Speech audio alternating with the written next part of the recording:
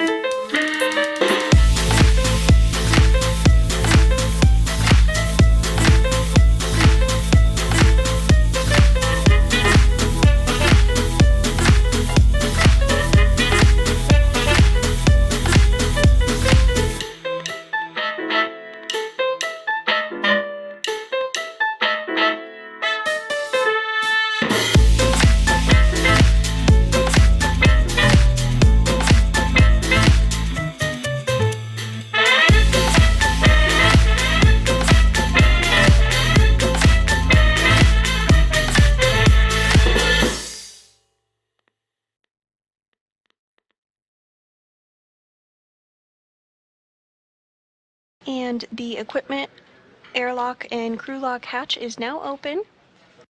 First inside, it looks like it will be NASA astronaut Anne McClain. She's wearing that spacesuit with the red stripes.